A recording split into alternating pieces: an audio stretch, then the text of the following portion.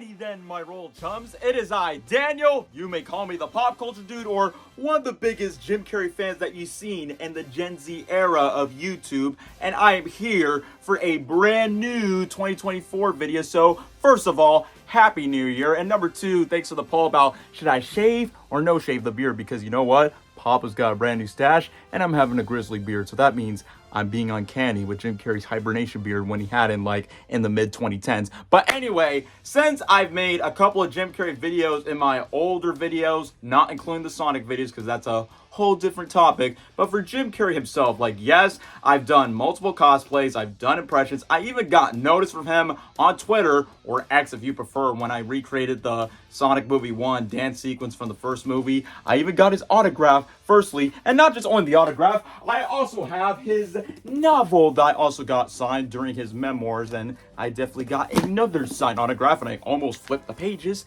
and there you go, all the way from Miami, just because, I feel truly special to be acknowledged by the Canadian legend. So, anyway, you already click on this video that it's going to be 100% my top 10 favorite Jim Carrey movies of all time. You see the DVDs, you see the merch collection, even the t-shirts, so I'm just going to dress up to the occasion of I already love these Jim Carrey movies, but the main reason are why? Why do I love the Jim Carrey films so much aside from, his performances? Well, I'm about to go in depth of why these are my favorites, but before I get to numero 10 and my top 10, I want to take the exception of the honorable mentions. And the honorable mentions are both of the Sonic the Hedgehog movies. And now, for most of you who watch my channel, it's like, wait, these movies are not in the top 10, Daniel? Why are they honorable mentions?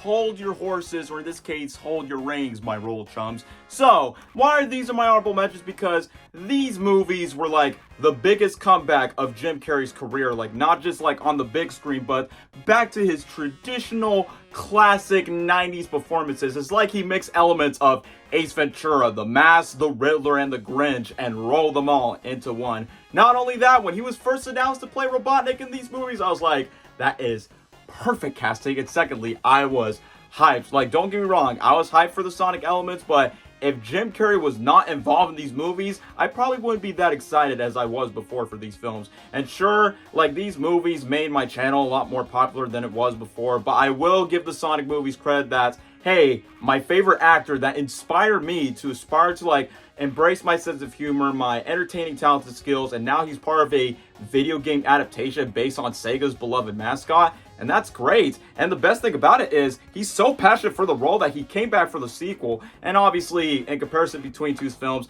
the second one is obviously better in terms of the scope, the lore, and everything else that they include fan favorite characters. But also, whether or not if this is Jim Carrey's final performance in history for his career, I really hope Sonic 2 is not his last movie, because a part of me is you should come back for the third movie to at least get a closure to your character. And secondly, I feel like he could do a little bit more movies outside of Sonic, but regardless, we'll find out till next year. But the reason why it's not in my top 10, because look, as much as I love Jim in these movies, he's overshadowed by, the Blue Hedgehog and basically Tails and Knuckles in the later movies. So, and there's some elements where Jim Carrey is not involved in the scenes, for an instance, half of the human characters, for an instance, the side ones. It kind of gets me out of the guards, yeah, it doesn't feel like I'm watching a Jim Carrey flick or a Sonic flick. It just feels like a Tyler Perry comedy, especially in the second movie where that got me off guard with the wedding scene. So that's why I would not consider these in my top 10, but these definitely deserves to be on honorable mention. So that's all I have to say for both Sonic 1 and Sonic 2. So next honorable mention will be Cable Guy. Cable Guy! I don't have the DVD, but I have it on my computer screen, which, by the way, the movie is free on YouTube temporarily for a limited time. So, why is Cable Guy an honorable mention? So, look, this movie was not beloved back in '96. It flopped. It was Jim Carrey's highest paid role for $20 million around that time, but it wasn't beloved because it's not the usual lighthearted, wacky Jim Carrey movies that you mostly see. It's a bit more darker and creepier in this Ben Stiller underrated dark comedy back in '96. But why does it deserve an honorable mention? Well, the fact that you got Jim Carrey playing this loner, clingy electrician that wants to look over the cables and be with Ferris Bueller, aka Simba, Matthew Broderick throughout this whole entire movie. And I will admit, it may not be the best Jim Carrey movie, but it does have some silly gags, like during the medieval fights where he's like referencing Star Trek of and by the way, Jack Black is in this movie. So you have a film where you have Robotnik, Bowser, even a scene where Jim Carrey's beating up Lightning McQueen himself, and it's Owen Wilson inside the bathroom, which that was hilarious. But we cannot forget, in my opinion, the best scene of this entire movie is where he does his cover of "Don't You Want Somebody to Love? You better find somebody to love." Whew.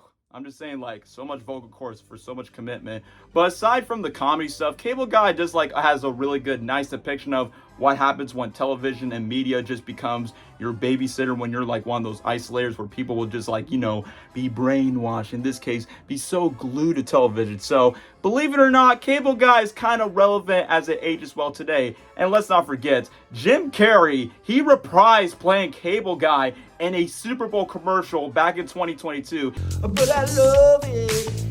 Yes, I love it. And out of all the classic roles, that even though he's not a sequel guy, but he came back to be the Cable Guy. And fun fact, he considers this movie in his personal top 5 favorite movies of all time, and I'm not making this up. My top 3. Oh gosh, this is like Sophie's to put choice. You on the spot, yeah. In different ways, you know, I have odd choices. Like I really enjoy Cable Guy. I love Cable Guy, yeah. Me, myself, and Irene. These are comedic choices. You know, I gotta love Ace because Ace gave birth to it all. You know, so the alrighty then kind of, you know, throwing off seriousness completely. So yeah, Cable Guy deserves an honorable mention. So on to the next honorable mention, to Down Under. Hello! Horton Hears a Who. So, I believe this is Jim Carrey's first voiceover role in a feature-length animated movie. Also, his second Dr. Seuss adaptation. So why is Horton Hears a Who an honorable mention? First of all, this was the first Carrey and Steve Carell flick that I've watched in theaters back in kindergarten before, you know, they collaborate in Bruce Almighty. But Horton Hears a Who, I arguably say this is probably my favorite Dr. Seuss film adaptation. Not only it's a fully animated movie from the past 2 live-action ones with Grinch and Cat in the Hat, Horton Hears a Who, it definitely has like this wholesome spark that it has. Like, it may not be like a top-tier Blue Sky movie, but I do say this one's my personal favorite. And when it comes to like Carrey and basically everyone's vocal performances, like Jim is great with, you know, using his body, his facial expressions, and his sense of comedy, including his improv. But in voiceover, I wish I want to see him do more voiceover roles, kind of like what Robin Williams does in his career. But for Jim and Horton Hears a Who, he plays Horn very, like, you know, silly as you expect from Jim Carrey, but very soft, sincere, and humble. As well for Steve Carell's, like, voicing the mayor, it's top-notch comedy as a whole. Horton the mayor, come in, mayor, over. Oh! I get terrible reception here. Housemasters! Can you hear me? That's awesome. But Horton Hears a Who, it may not be like a top-tier animated movie, but I do say it's a nice comfort movie to watch for nostalgia. And I say this movie, like, it pays a lot of homage to a faithful adaptation of a Dr. Seuss tale with the exact same story. So I definitely recommend to give Horton Hears a Who a watch, whether you like Dr. Seuss or if you're interested on Carrey's only animated movie aside from Disney's A Christmas Carol. So that's why Horton Hears a Who is another honorable mention. So now let's get to the final honorable mention. Hello, hello, hello. I'm your beloved Count Olaf. So the final honorable mention would be Lemony Snicket's A Series of Unfortunate Events. That's a pretty long title, but yeah, that's what it's called. It's titled and named after the book series, which I know there's a Netflix adaptation with Neil Patrick Harris, and it's a lot more expansive on the lore, but I have a soft spot for Carrey's version, and I do like the gothic and dark filmmaking aspects of it. The production's really well made, and for Carrey's take on Count Olaf, yes, it's cynical and very, like, intentionally, you know, wacky because, you know, the character is basically a bad actor that's trying to chase down these 3 orphan kids. But I will say he definitely knows how to play a good character actor, which he's no stranger to that. So for Count Olaf, he could be menacing, creepy, but very outlandish. And I definitely say he carries this flag despite, you know, it cumbles a lot of the elements from the stories and they just mash it all into one, which I know some fans of the source material are not too satisfied with it. But I say it's a solid movie to watch. And if you want to see Carrey to play a another good villain from the source material, I say I give it a watch. Why not? And besides, this movie's going to be 20 years old, and it's free on YouTube for now. So, now that we're finally done with the honorable mentions, now, let's get into the top 10. Starting off with, number 10 will be Bumblebee Tuna. Bumblebee Tuna. Number 10, both the Ace Ventura movies. Now, you're probably mostly surprised that I did not rank both of the movies on higher on my list because, trust me, I wanted to put it higher on my list, either the first or the second one, but if I compare both the Ace Ventura movies to Carrey's other films, I definitely see, like, as movies, they're definitely a lot more higher. So, but they definitely deserve a shout because not only this was the role that break out Jim Carrey's career to become an A-list Hollywood actor. I mean, he has done movies before. Until then, he had his first breakout in Living Color, where he was like the token white guy in a black sketch comedy series. But enter Ace Ventura. Nobody will expect, like, think about, a pet detective that wants to save a Miami Dolphins for a football team. That sounds like one of the dumbest movie premises. Like, the first film and the second movie were bashed by critics just because people thought the gross out humor was insane. And sure, yes, the jokes may not age well, but come on. It was made in the 90s, back in 94 and 95. They won't make these certain jokes nowadays, but around that time, they were lucky to do it unapologetically at times. But, speaking of which, the Ace Ventura movies, they are perfect guilty pleasure movies in terms of comedy. And why do I like Jim's take on Ace? Because there's no one that could do this role better than Jim. Like, I know there was casting considerations of Whoopi Goldberg, Rick Moranis as Ace Ventura, but if it weren't for Carrey's performance, then I wouldn't be able to have the chance to quote so many lines. Like, the reason why I say, alrighty then, because of Ace. Alrighty then. And my outros in my videos where I say, take care now, bye-bye then. Take care now. Bye-bye then. There's so many quotable moments of, do not go in there. Woo! Do not go in there. Woo!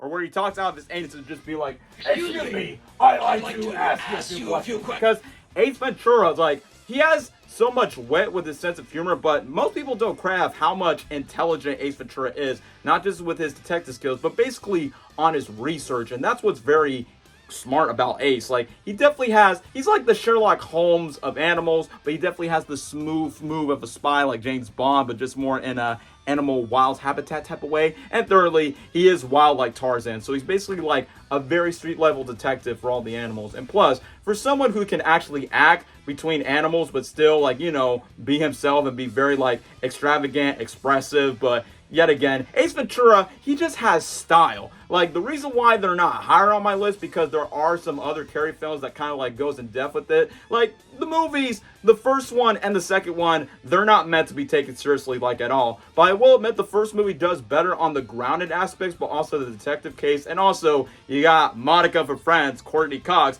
and you got Tone Loc, who sings Wild Thing. And obviously, you got NFL stars as cameos. But regardless, the Jim Carrey Ace Ventura film, like, the first one is a classic, despite the fact that it's literally out 30 years ago, so it definitely plays a staple on my personal favorite Jim Carrey films of all time. And then for the second one, so When Nature Calls, sure, it was the sequel that made Jim Carrey to like not return to any more sequels at all until Dumb and Dumber 2 and Sonic 2 came out, just because it was a movie that just burned Jim Carrey out after playing Ace for like half the budget of the movie. But When Nature Calls definitely have its moments. Like, I really like the music score, the rhino butt scene is fun, the arrow scene where he's going with the Wachudu tribe and the Wachati tribe, and dare I say, I mean, it's no masterpiece like The Lion King, but it got me a little bit nostalgic for African culture. So regardless, this is why both the Ace Ventura movies, even though it deserves to be higher, and I love the character of Ace, basically it's the character that carries the movie, because if it weren't for Jim, the movie would have been like, you know, stale and tasteless to me. I mean, who cares what the critics say? It's not a top tier movie for both of them, but I will say they're my guilty pleasures. And to be fair, I remember there was going to be a third Ace Ventura movie in the works, and I'm like, well, even though Jim is not really a sequel guy, and even though he's only done 3 in his career from Ace Ventura 2, Dumb and Dumber 2, and Sonic 2, but I will admit, aside from Sonic 3, I will not mind if they make a third Ace Ventura movie where Ace is retired, but then when habitats and world forest fires and climate change are happening, he will go up and put on that do one last time. But that's only in a fanboy's dream fantasy of mine. But regardless, both the Ace Ventura movies, they're just top 10 on my list, so I basically love them like a glove. Anyway, let's go on to number 9. So you're telling me there's a chance? So you're telling me there's a chance? Yeah! Yeah! Number 9, Dumb and Dumber. This film is such a comfort movie, but not only there's that, I personally say this is like, in my opinion, the best comedy road trip movie of all time, featuring just 2 stars. And what makes this movie stand out, it's not just about Jim Carrey, it also has Jeff Daniels, because it was smart that Jim convinced Jeff to have an actor rather than a comedian just to one-up and compete with Jim's style of humor, and use someone like Jeff, who's mostly known for drama movies like Speed. But I really love their chemistry between Lloyd Christmas and Harry Dunn, because think about it, just like Ace Ventura, it's just a simple plot, and sure, a title that's simply called Dumb and Dumber, just for 2 dumb idiots that are broke as hell, that lives in a poor apartment system, and then basically they have to bring back a suitcase all the way to Aspen just for a girl that Lloyd likes, but until then they're being tracked down by hitchhikers. And throughout the runtime, it could be stupid and dumb just like the movie, but this movie has like really good charm with it. And what makes it stand out, like aside from the chemistry, it's just the messages like, hey, no matter the differences, no matter how far you have to go through places, whether it's in a Mudcuts van or a scooter or go all the way to the snow, I really like the power of, this is what happens when you have a loyal best friend. Despite the differences, they're always going to be there by your side. And I will admit, it has pretty banger songs. Like, if you listen to the soundtrack, I definitely recommend that you should listen to it on a road trip. And yeah, just like Ace Ventura, there are so many quotable lines from Jim Carrey himself, like, man, you are one pathetic loser. Man, you are one pathetic loser. Or my personal favorite, I like it a lot. I like it a lot. But for Jim, he's not the only star. Jeff, who's basically not used for comedy, but basically he has his funny moments, like the Miralax scene and the skis of both of them, and just asking the chick about, the fire and everything else. For God's sake, just give me the damn number! Which I thought that was hilarious. But the reason why, I honestly would have, I was thinking about this, do I prefer the Ace Ventura movies over the first Dumb and Dumber? But as I think about it, it's like, you know what? Dumb and Dumber has, even though at the core it's a buddy comedy film, but there's a sense of, intimacy between both Lloyd and Harry. And of course, there's, many iconic scenes that you could just name of. And this, just like Ace Ventura, another breakout movie. And this was the film that Jim Carrey got paid $7 million. He was paid less in Ace Ventura and the Mask, but once when he became a big, massive star, this became the trinity of his 1994 classic hits. So basically, the reason why Dumb and Dumber is below, because like I said, as a buddy comedy, it's my favorite in that genre. But in terms of other Carrey films, there's definitely some that are a lot higher. And sure, there is a sequel that takes place 20 years later. I appreciate it for what it is, but it doesn't hold up as the original film. I mean, heck, I even have Funko Pops of Lloyd and Harry far from the distance in their tuxedo suits. So that's why Dumb and Dumber is on number 9. So now we go to numero 8. With this coat and this hat, I look just like Saint Nick. Ho ho! You can take a guess what's my number 8. How the Grinch stole Christmas. So, why is The Grinch on number 8? Not only it's my favorite Christmas movie, yes, just like Dumb and Dumber, it's my favorite buddy comedy film, and Grinch is my favorite Christmas film. Okay, because How the Grinch Stole Christmas, it's pretty mixed bag for everyone who's seen the movie. You're either like me, who loves it very much, or you're probably thinking this movie is too gross out, too inappropriate for Dr. Seuss's film adaptations. But I will admit, I feel like the movie has its really nice charm. First of all, Ron Howard's direction is whimsical but also insane, not only for the production design of Whoville, but even for all of the makeup for all of the actors and all the Whos, especially for Jim Carrey himself. This might be one of those movies where he is very uncomfortable putting all of that makeup and that yak hair for 8 hours a day for 92 days, and you probably see it online, go through CIA training and basically just hit himself in the leg and basically just start smoking just to good his mental state before he decided to quit the production. Punch yourself in the leg, so or smoke as much as you possibly can. So I was this Grinch sitting. Give me a light. and this giant cigarette holder so the yak hair wouldn't go on fire. The green yak. Yeah, the green yak hair that turned inward and went. It was horrifying. Wow. It was horrifying. I was just like, it's for the kids. It's for the kids. It's for the kids. How many months was that? I did the makeup 100 times. Good noise. And you know what? Very good noise. You know what got me through it? The Bee Gees. But aside from all of the discomfort from the makeup, I am astonished. Like, even though Jim Carrey is no brainer for playing green characters with makeup like The Mask, The Grinch, The Riddler, and Batman Forever, and I guess you could say Robotnik by the end of Sonic 2, but I love his take on The Grinch where he became like my definitive favorite version of The Grinch. Like, yes, I like the 1966 cartoon, but I feel like the live action movie goes more in depth about the Grinch's origin, except for just cloning Max, and it just expands the world of Whoville, especially even for the side characters like Cindy Lou Who is like the real hero of the movie that tries to see like what's the good side of the Grinch's isolation, and the Grinch himself. He is such a mood by saying, I guess I could use a little social interaction. I guess I could use a little social interaction. My schedule won't allow it. My schedule wouldn't allow it. It's like any relatable quotes like, this guy, he is literally me. Like, every time I see myself in reflection, I become self-isolating, self-loathing to the host. It's Loathe entirely.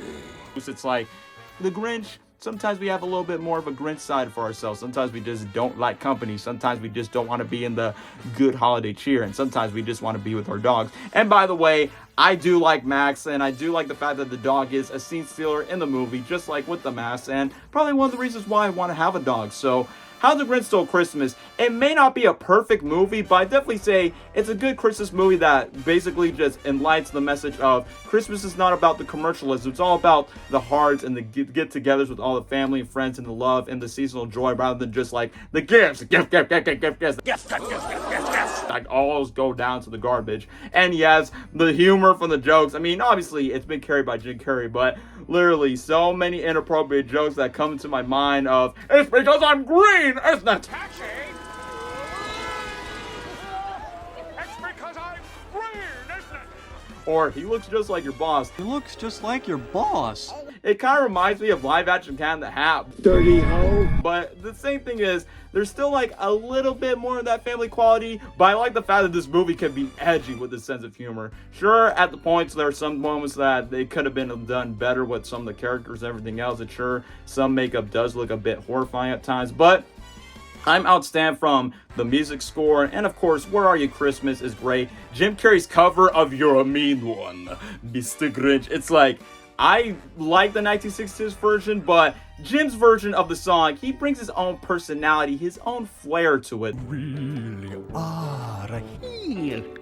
So basically, that's why How the Grinch Stole Christmas, like as a movie, I like on the filmmaking aspects and even the makeup that Jim has to go through, I'm more staunch in that than compared to Dumb and Dumber and Ace Ventura, because I like those other movies, but you know, they're more simple in the premise. But for Grinch, I feel like it's being more put in a high tradition. I mean, Grinch is hands down like one of the most quotable characters from Jim Carrey's career. His character, like not movies, but his character is easily a top 5 favorite. I mean, you could tell by my great Grinchy trick. So regardless, How the Grinch Stole Christmas is number 8 in my list. So then we go on to number 7 to go po to the Who's. Number 7, Bruce Almighty. I am Bruce Almighty.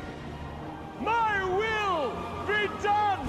Fun fact, this was the first movie that introduced me to Jim Carrey in the first place when I saw this movie at age 5 through my VHS. So I wanted to rank this movie higher on my list, but the reason why it isn't because, once again, there's other Jim Carrey movies that gets in more in depth with the messages. So Bruce Almighty is the third collaboration with this director, Tom Shadyac, who directed Ace Ventura 1, Liar Liar, and Bruce Almighty. So why is Bruce Almighty number 7 on the list? So the premise of Jim Carrey's character, Bruce Nolan, who's a news reporter that basically has a sucky life with his job, a sucky life with his relationship, who is dating Rachel Green from Friends herself, Jennifer Aniston, but also having a sucky lifestyle with all of his hobbies. And he is mad with the world, but most importantly, angry with God, who's played by Morgan Freeman. So then one of these cases where he actually meets Morgan Freeman as God himself, and then Jim, for one day, just to fix her up his place and think he could do a better job than God himself, and basically it just goes into complete catastrophe, chaos but creative freedom with these almighty powers, which is why it's called Bruce Almighty, and I highly recommend that you should give it a watch. So why do I place Bruce Almighty onto the list? Because aside from the gags and, you know, the quotable lines of it's good, and let's not forget the hilarious scene-stealing scene from Steve Carell where he goes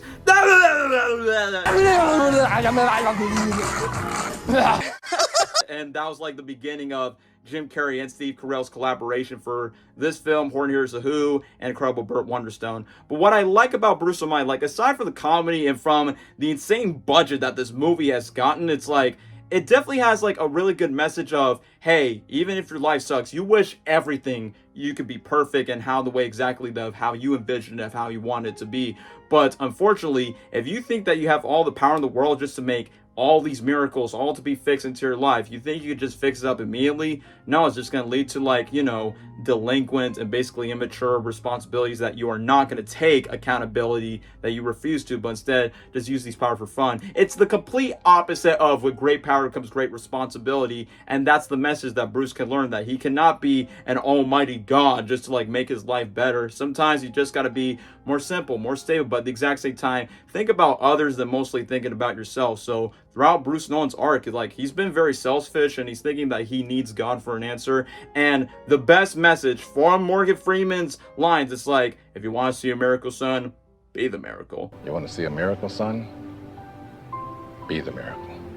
And to me, I really like Morgan Freeman's addition to this. Like, he's very, like, not just humble, but very wise throughout in the movie, and teaching Bruce a lesson throughout his whole journey throughout the movie. So it kind of feels like it has a full circle story, especially at the very end of the movie, which, not gonna lie, I do get teary at the very end of the movie. Yes, this is one of those comedy movies that does make me shed a tear. And not just from the scene with Jim and Morgan Freeman throughout the scene where he goes to the afterlife, and just think about letting go of all of his worries and basically just praying for what's the best for his girl and his life. And it just leads off to like a very satisfying and wholesome ending. So there are really deep, meaningful lessons that you can learn from Bruce Almighty. But aside from that, it's very extravagant, which, funny enough, this is Jim Carrey's highest grossing film of all time, that not even Sonic 2 could outgross Bruce Almighty's record. Like, to be fair, if this movie was released like 20 years today, it probably would have flopped, because, you know, movies starring a comedy actor just don't make money anymore, because, you know, it's just IP, action films, superhero movies, animation. But this became the one exception of being one of the highest grossing movies. And Jim Carrey was considered to play Captain Jack Sparrow for Pirates of the Caribbean, but he decided to commit to this, which he made the wise choice, because Johnny Depp is better than Jack Sparrow. But I'm getting out of hand. I love Bruce Almighty. It helped me throughout, you know, moments in my life where it just doesn't feel like it's functioning well, and I can always look back to this movie as in a silly but basically a very meaningful way, even though it's kind of like a mockery and some sort of like themes about the movie. But regardless, I love Bruce Almighty. I wish I could put it higher on the list, but let's move on to number 6, if you know what I mean. That deserves to be a tad bit higher.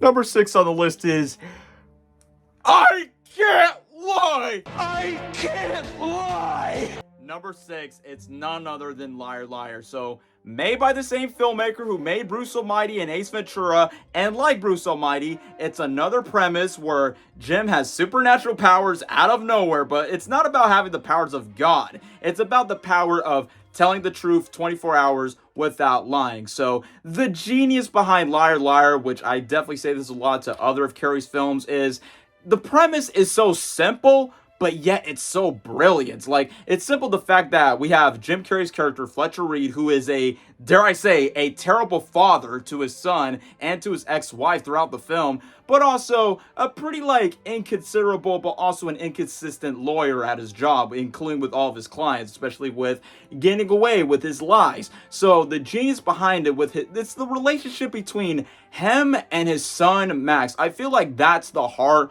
of the movie, where he wants none other than his father to like tell him the truth and always be there for him, because without the lies, then basically there's going to be a lot of bad consequences. So for this one birthday wish that his son wanted for his dad to not tell a lie, it impacts a lot of mayhem throughout Fletcher Reed's job from telling the honest truth. Like, when he had sex with one of his clients, I had better.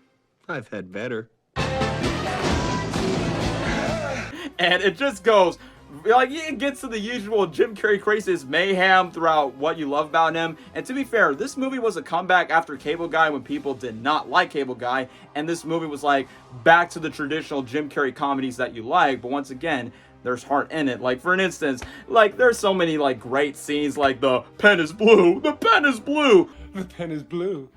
The pen is blue. but most importantly, I feel like the fatherhood aspect, especially for me, that hits close to home to me. But yet again, Jim plays this character that is, you know, very witty and basically selfish, but basically very grounded at times. And not only that, he can also be unlikable, but yet sympathetic throughout his failures, his misery, but also his fundamental flaws throughout his arc as a lying lawyer. But aside from that, I really think like the heartwarming aspect is definitely with the son, but also being brutally honest no matter how much it hurts and no matter if you really mean it down the inside. So Liar Liar, like Bruce Almighty, it has heart, and yes, I get a little bit teary when the ending just ends off with, you know, Liar Liar just ends off with the family reuniting once again, and I really love it. But definitely carries moments with the comedy. Like, it's so genius where you have a movie that sounds pretty basic on paper, but yet when you cast Jim Carrey, it just goes ba-boom. Probably like one of the best comedy movies that I can remember to this day. So that's why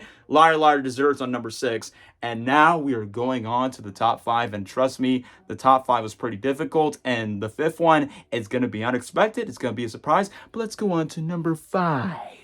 Number 5 is none other than Yes Man. I'm just kidding, even though it's an okay movie, like his chemistry with Zooey Deschanel, but it just rinse and repeats Liar Liars and Bruce Almighty's concepts, so it's not number 5. The real number 5 is this underrated gem, The Majestic. So, in my personal opinion, arguably speaking, The Majestic is arguably Jim Carrey's most underrated movie. Not just for Jim Carrey, but even for the director Frank Darabont, who directed one of the greatest drama films in cinema history, from The Shawshank Redemption and The Green Mile. And The Majestic is also the filmmaker's most underrated role. So yeah, The Majestic is a huge box office flop, and it's Jim Carrey's longest movie for over 2.5 hours, which I watched for YouTube on for free. But if I'm going to be completely honest, I'm not saying it's going to be like a top 3 because I placed on number 5, but I find the movie very underappreciated. Why? Because Jim Carrey plays this screenwriter in Hollywood, but then he got blacklisted from his job until then he went to a car accident, he got amnesia where he lost his memories, and then he got lost in a small town where the small town mistakes him for an identity of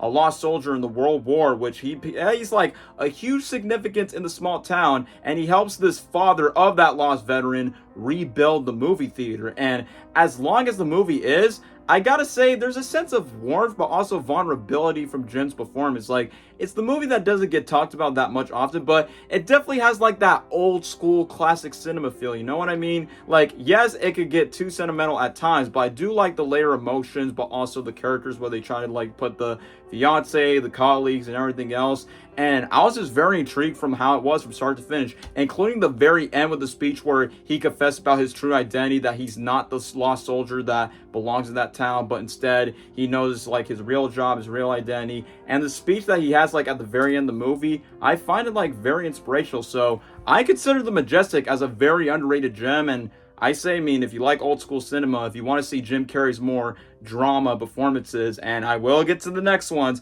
but I definitely say the Majestic, I say you should just give it a watch. If not, then you just skip on just to watch a comedy just to turn your brain off. But for The Majestic, it definitely has some like soft, meaningful moments. So as we're on the topic of Jim Carrey dramas, that goes into number 4, Man on the Moon. This one is a controversial pick, I know, for those that knows the story where Jim Carrey got so committed and so deep at playing Andy Kaufman. It was his first biopic to play the comedian Andy Kaufman. Aside from sharing the same birthday, I can understand why Jim say yes to this role. Like, the worst thing behind the scenes of this movie where he got so committed to the role that he went full on method acting just to be Andy Kaufman, both on and off camera. And there's like a whole Netflix documentary where Jim actually talks about like, you know, the mental health and basically the stress and the frustration that he has for being so committed to this role. But look, controversial stuff aside from behind the scenes, this movie, it speaks volume to not just to how much Jim can connect to the comedian Andy Kaufman. It's like his range. Like, the one thing I just like about this depiction is, even though it's a biopic of a comedy, but at the exact same time, it's a drama as well. Like, I mean, I'm not gonna say it's like Joaquin Phoenix's Joker, where he kills society and basically just have a personal vendetta for the people against him. But the thing is, you have this failed stand-up comedian that is going through like so many gigs of trying to like make people laugh, but then you got so much like pressure like behind the curtains. Like, for instance, he perfectly represents like his act is the performance, but the audience don't see like what's behind the curtains about the stress, but also like the trauma, but the exact same stuff, like not having serenity, but having like not acceptance of gratitude. And for any aspiring performers, especially for comedic actors, that's like very relatable, but yet very universally understanding as well. And I will admit, the ending,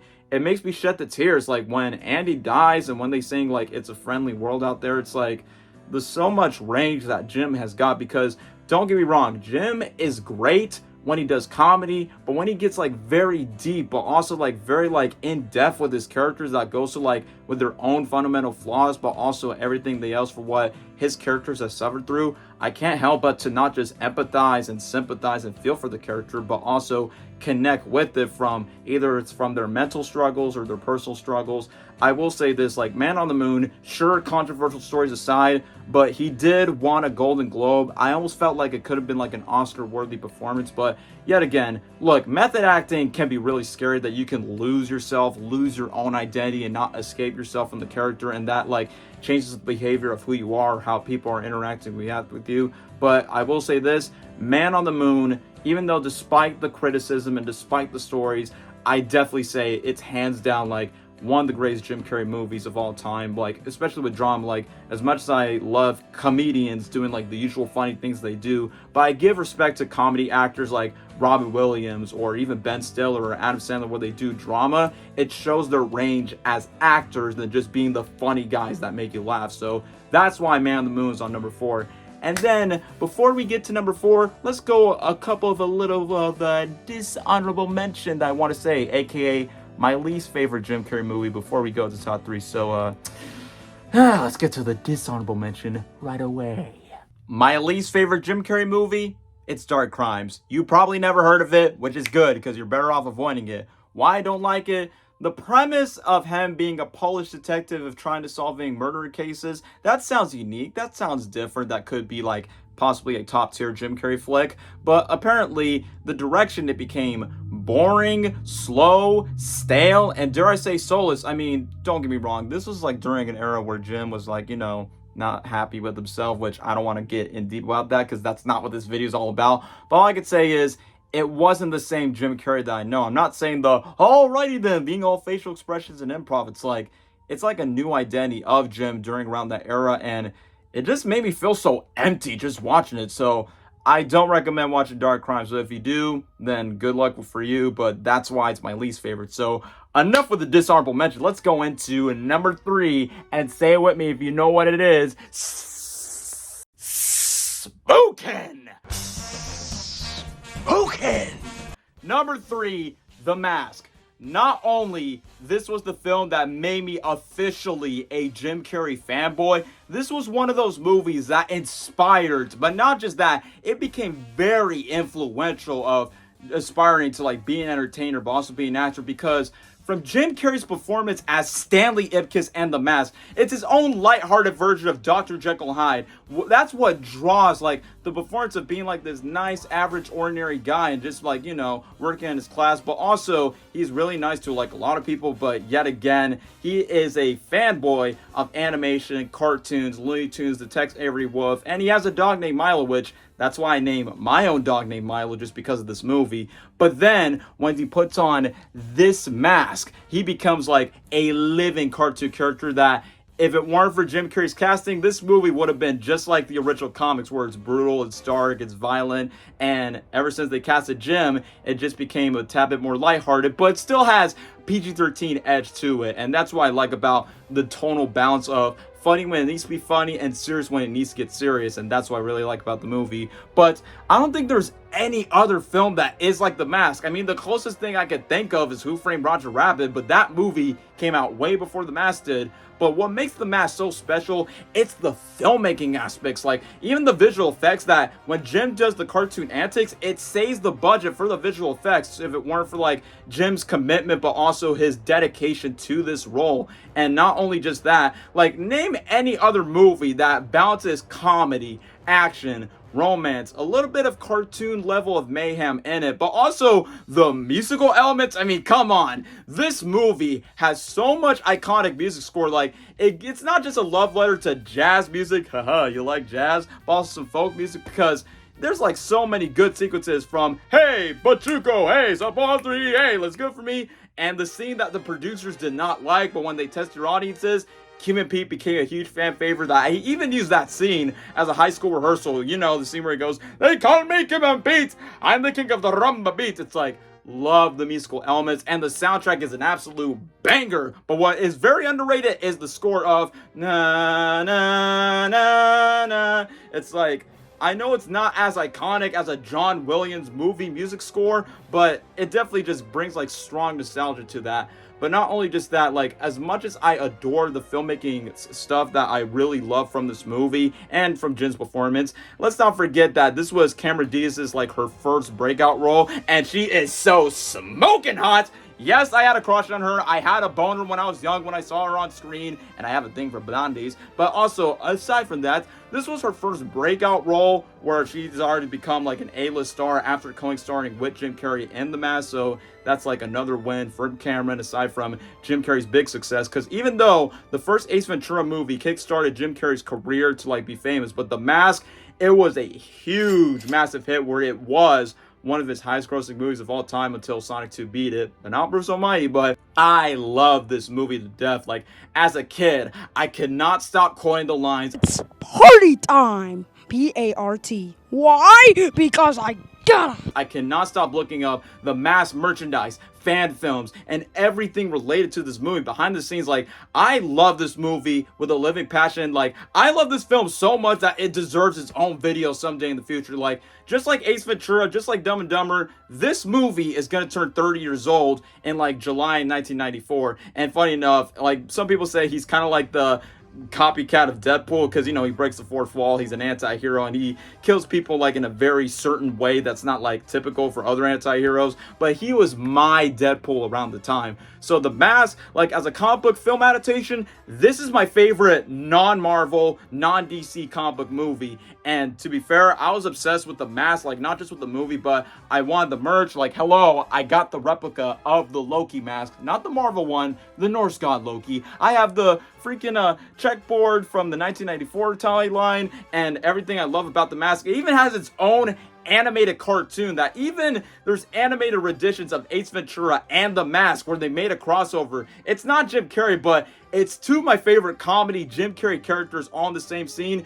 And yes, let's not forget about Son the Mask. We should not talk about that, because there was gonna be a sequel to The Mask. But the reason why that didn't happen, because, you know, Jim Carrey's like production, but not just his experience on Ace Ventura 2, that became the main reason why The Mask 2 didn't happen, which that crushed my childhood so, and I wish there was a sequel. I mean, I know during the press tour of Sonic Movie 1, he'll be open for a sequel as long as there's a crazy visionary filmmaker, which that's what I love about the first movie. It's not like any other film I see with so much fantasy, realism, but also like all the amazing quotes and lines, like for The Mask, like literally referencing other movie quotes from Clint Eastwood of, you gotta ask yourself one question, do I feel lucky? Well, do ya, punks? It's like, basically when I look back into this movie, it's like, it's such an inspirational tool for not just for like me as an aspiring actor just to be like more let loose, but having range of Stanley Ipkiss being like a normal average Joe, and then The Mask is like a living cartoon character brought to life. It's like, this movie, not only it deserves to be number 3 on my list, because it used to be my number 1 favorite Jim Carrey movie as a kid growing up, but there's 2 other certain ones that I prefer better. But regardless, in my personal opinion, there's no other Carrey fit like in terms of comedy that will not outgross The Mask, from the way of improv, the filmmaking status, and the level of nostalgia that I get. So this movie holds a very special place in my heart, and the one thing I like about The Mask is, like, even with or without The Mask, you could still be from the zero to the hero, and I like that tagline for the film. So regardless, it is a smoking classic. Somebody stop me. Somebody stop me. Before I start rambling about The Mask for like 10 minutes, but for right now, this is number 3. And now let's get to the biggest debate of what do I prefer of number 2 or number 1. Let's find out and see. It was so hard to rank which one is number 2 or number 1. It's either Eternal Sunshine of the Spotless Mind or The Truman Show. Not only these films proves Jim Carrey is so incredible of going so deep of playing drama roles, but yet again also inspiring for me just to escape out of the comedy zone and just be more genuinely real when it comes to myself as a person, even to aspire to act. But as films, it was so debatable of which one do I prefer as my all-time favorite or my number 2. Is it Truman Show, Eternal Sunshine? And I had a huge 50-50 debate. It could change, but I think the safest bet I could say for now, I say number 2 will have to be Eternal Sunshine of the Spotless Mind. And I bet most of you have never seen this film, which that's fine. This movie isn't intentionally made for everyone. So this movie, it became a huge part of my teenage years, but not just that. In real life, where I went through like depression and also stress, and throughout my first real life breakup from my last relationship, and it wasn't end up too well. And lately, I just fell a little bit down in my life. Until then, this movie that depicts heartbreak, memories, but also like the depictions of relationships and opposites attract, there's no other film that masters this so perfectly like Eternal Sunshine of the Spotless Mind. So from the Oscar-winning screenplay, and I will say this is probably one of the most well-written and most smartest movies ever written to be told as a story into a movie like this. Like, not only it gets very psychological, it gets very personal. From, even though as much as I would say like you probably could take a guess what's number 1, but performance-wise, I think Jim Carrey's performance as Joel Barish is probably my favorite drama performance that he has ever done in his career, because he's not the usual funny man with the rubber faces and doing it like his other movies. He is very soft, vulnerable, shy, dare I say depressed at times, and it's like we get to see the most vulnerable for what this guy has gone through heartbreaks and everything else. But not only just Jim, we got Kate Winslet, who is really great in this movie as Clementine Krasinski, which she's like the exact polar opposite of Jim's character, where she's a lot more extroverted, outgoing, but dare I say goes through a lot of mental stress, which why her color hair changes, just because she gives the signs of a bipolar girl. But aside from that, their chemistry, both Jim and Kate, it's very sentimental, it's very pure, but yet again, it's very real to real life relationships. And once again, their chemistry on screen is like the perfect depiction of why opposites attract between the introvert and the extrovert, why they make it so compatible. But even when they both go through their heartbreaks, and when Kate Winslet's character just wipe off Joel's memories, and basically he's going through the same similar technique with all these really familiar actors. You got Mark Ruffalo, you got Kirsten Dunst, you got Elijah Wood, and rest in peace to Tom Wilkerson. This movie has like really talented actors, but yet again, they all play a very integral story for this sci-fi romantic movie. And not only that, like, I gotta give respect to Michel Gondry's vision, from how the set pieces, from the snow to the beach to all the memories that Joel and Clementine has been through from beginning to end of their relationship, and how will it be wiped away. And the great thematic message is like, look, if you've been through like a heartbreak from a relationship, or even like a platonic friendship, if dare I say, I definitely recommend that this is a really good movie to watch. Is because sometimes you wish some of these people the worst, whether it's someone that you dated or got close with, and at some moments you kind of regret the memories that you don't want to be forgotten or be wiped away. And that's where the mistakes pursues to play.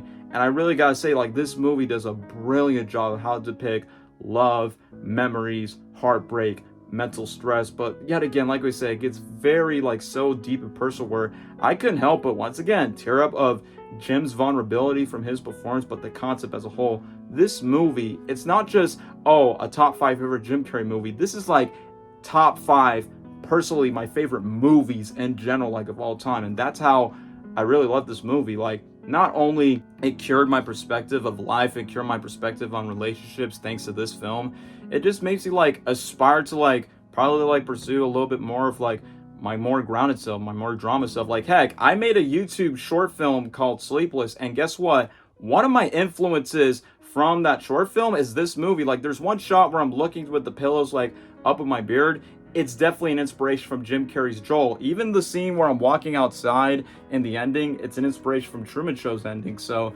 back to Eternal Sunshine, it's definitely not just an important movie that just huge, it plays like a huge special place in my heart in like so many personal ways. And heck, the music score alone, like listen to it, it feels like you just want to like drown your soul and make sure your mind is like floating in a limbo, where it's a perfect music track just to like vent off to, listen to, and it just reminds you of like a memory. So that's one of the things I just really appreciate about this movie. And despite the ending just, you know, having a sense of clarity and unclarity for one or another, there's like a lot of scenes that stands out that hits too close to home, where Joel says, "Why do I fall in love with every woman I see that shows the least bit of attention? Why do I fall in love with every woman I see who shows me the least bit of attention?"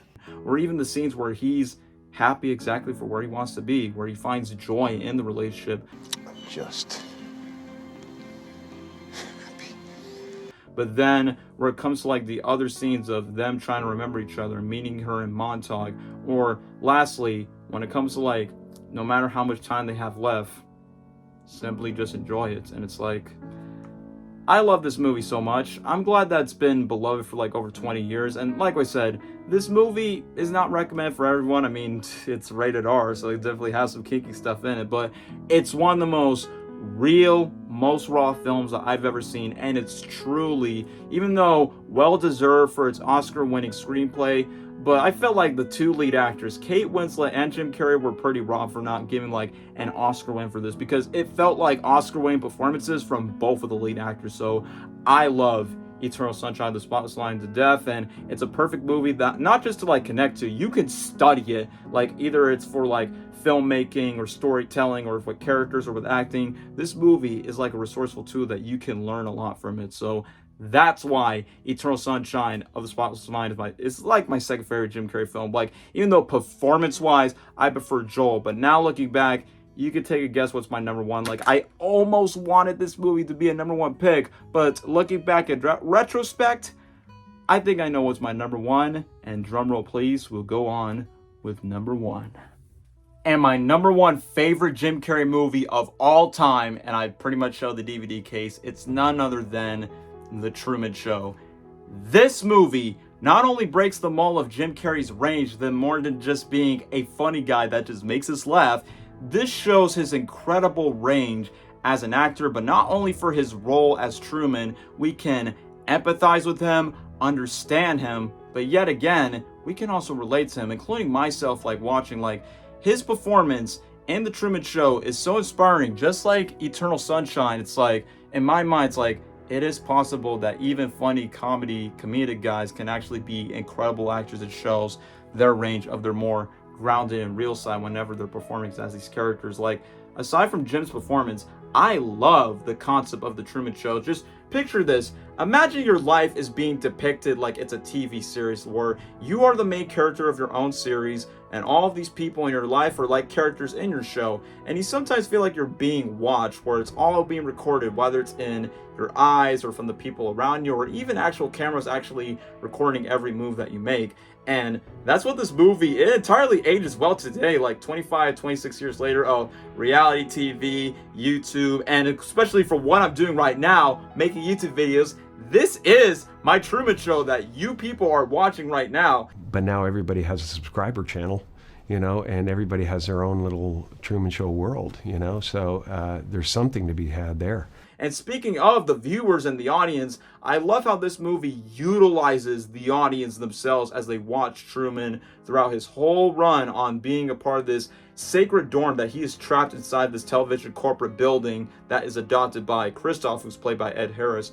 And the way I think about it, it's very poetic, but yet understanding why Jim Carrey agreed to this role, because just like his character Truman Burbank, it's like he's been spending his whole life performing and playing his characters on screen just to feel entertained, but sometimes he loses that part of himself that is outside of his roles, and he just wants to escape and just be more about himself and explore more of the world. It's like what his character says, see some of the world, explore. And that's where I get to feel Truman's pain, but also at the exact same time, it parallel reflects to Jim Carrey in real life. Like, what's very poetic about it is even the ending, which I will tell you, it is one of my personal favorite movie endings of all time.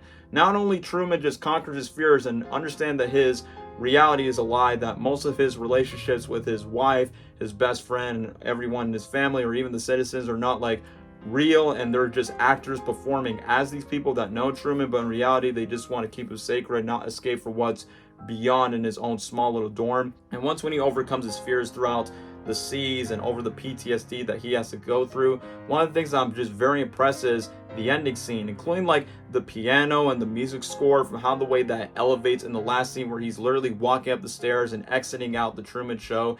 I like that's very poetic too. Jim Carrey in real life, like recently he talked about his retirement, and currently right now he is like, we don't know if he's ever going to come back to like any future movies like Sonic 3. That's still up in the air, just because Jim Carrey just wants to have some peace, some clarity, but at the exact same time having a chance to like be himself, be free, and not just be like a rat in a cage and just feel enslaved into the entertainment industry. And that's how I really like the depiction of the ending of the Truman Show. And sometimes whenever we feel stuck in life, we just sometimes want to be a man of action, or in this case a person of action, rather than just in our thoughts, just to have our own personal escapisms in our minds. But even when we exit out the door and just feel like that, we are worth something more than just the current state that we're living in right now. And this is why I give credit to the Truman Show, because not only it's very influential to today's modern culture, especially the fact that there's literally a medical disorder that's named after the Truman Show. So this movie not only is just important for Jim Carrey's like filmography, this is very important in like cinema history, or in this case the current media for what we have right now, how this movie like it influences like today's culture as a whole. And that's one of the reasons why I really love about this movie. I like the intimacy, I like the camera shots, cinematography. It was filmed in my state in Florida, just like Ace Ventura. I like the potential serenity that Jim was eventually just trying to find, and his character of Truman trying to find that peace of that escapism. And I like that the girl that he actually falls in love with, Lauren, is like the perfect sense of motivation for him to escape from the trapped dorm that he's been stuck with throughout many years since birth, that Truman has been stuck with. So regardless, I love the Truman Show. Not just only it's a good movie to watch if you love Jim Carrey, it's just a good movie. Like Eternal Sunshine, you can study the filmmaking aspects, the storytelling, the characters, but also like the thematic themes, motives, and morals that you can learn from it. So this is why I highly recommend, if you have not seen the Truman Show, go watch it for yourself. If you prove by saying, Jim Carrey movie sucks, it's just nothing but junk food, basically it just makes our brains feel numb, then you have not seen these two cinematic masterpieces. Like, just like Eternal Sunshine, Truman Show is obviously a top 5, not just favorite Jim Carrey movies, but one of my personal favorite films of all time for any influence and inspiration for my dreams, my escapism, but also like my aspirations to become an actor, not just to make you laugh, but also make you feel as well. So that's one of the things I really empathize with it. And even though Jim Carrey won a Golden Globe for this movie, but once again, got robbed, did not get an Oscar buzz win. But regardless, Truman Show, hands down one of my favorite movies of all time, my favorite Jim Carrey film of all time to this day. It could switch back and forth with Eternal Sunshine, but if I look back as a medium, as a motives, and the concept, and basically in retrospect of what the Truman Show did an impact for both Jim Carrey's career, but basically foreshadows everything for what Jim has done throughout in his career, and the fact that he's currently retired, the ending just says it like so poetically, so perfect, of when he exits out the door and actually has the freedom to be himself by saying, in case I don't see you, good afternoon, good evening, and good night. Yup, hands down one of my favorite quotes from Jim Carrey. So that's why, in my personal opinion, The Truman Show is my #1 favorite Jim Carrey movie of all time. Repent, and thou shalt be saved.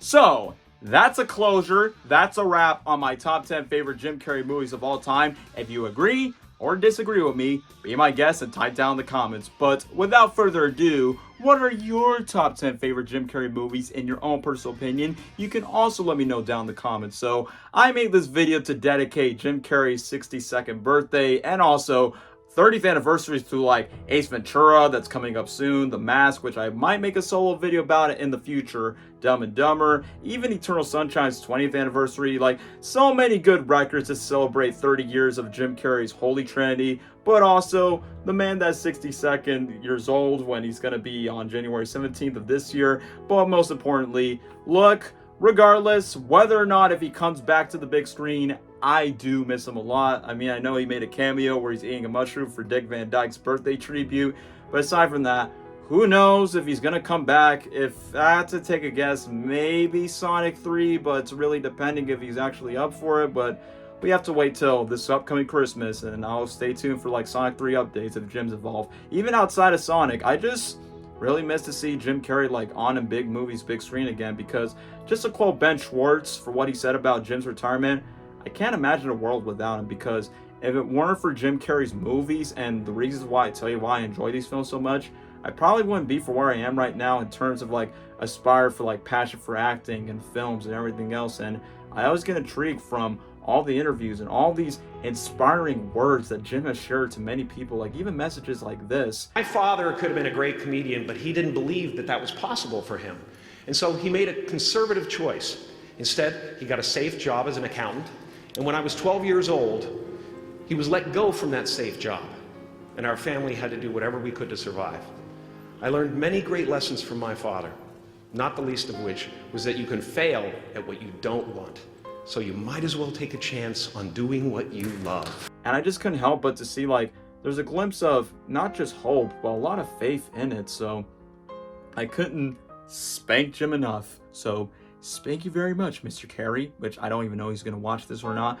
But regardless, that's all I have to say about all my top 10 favorite Jim Carrey videos. If you want me to see me to like make more top 10 movie related videos, I can if you want me to. If not, then I'll just stick with the usual for vlogs, streams, shorts, and song stuff, whatever it is. So this is probably like the longest video that you've ever watched, but this is worthy enough for my 2024 upload for my old viewers, but also my new ones at the same time. So thank you guys so much for watching, and I'll definitely see you guys in the next video. Take care now, bye then, or just to quote Truman from The Truman Show, in case I don't see ya, good afternoon, good evening, and good night.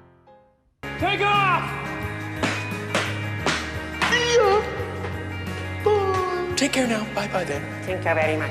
In case I don't see ya. Good afternoon, good evening, and good night.